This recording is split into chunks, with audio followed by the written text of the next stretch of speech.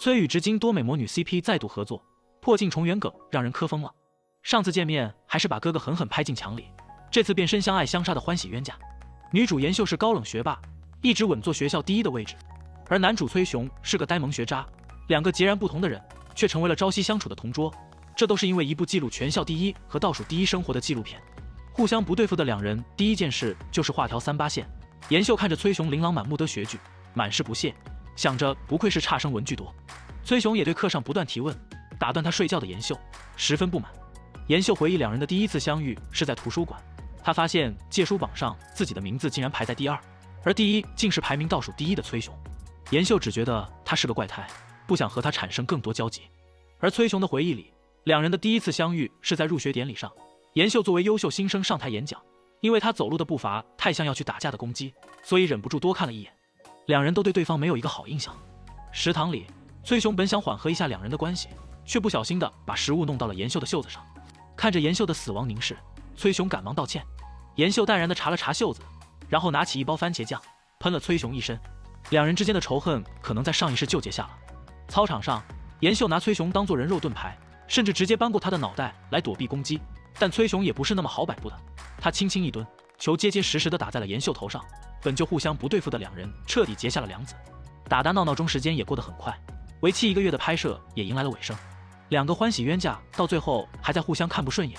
这时制片人问了一个问题，就是两人10年后会是什么样子呢？妍秀认为自己那么优秀，以后也会是带领众人前进的领袖角色，而崔雄只想过简单平静的生活。但两人唯一能确定的就是10年后绝不会再与对方有任何交集了。10年后，当年的纪录片突然再度风靡网络，人们都忍不住好奇当年的两人如今过着怎样的生活。妍秀成为了干练的职场女性，但工作中还是充满了烦恼。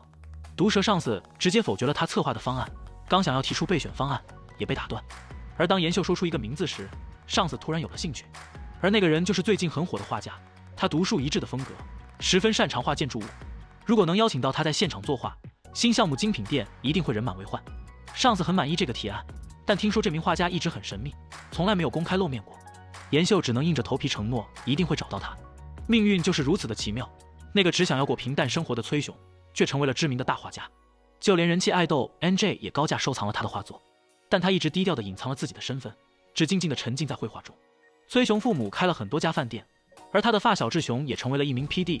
两人因为相似的名字结缘，孤单的志雄很羡慕拥有幸福家庭的崔雄，善良的崔雄父母也视志雄为己出，当做自己的孩子来对待。当年的制作人成为了志雄的上司，因为纪录片再次爆火，有意让志雄找到他们再拍第2季纪录片，因为志雄是最了解他们的人。妍秀也十分了解崔雄，已经猜出了那位神秘画家就是崔雄。两人曾谈了一段5年的恋爱，但在5年前分手了。是妍秀主动提的分手，可能因为两人太相爱了，所以分手也很不愉快，成了双方都不能再提及的伤口。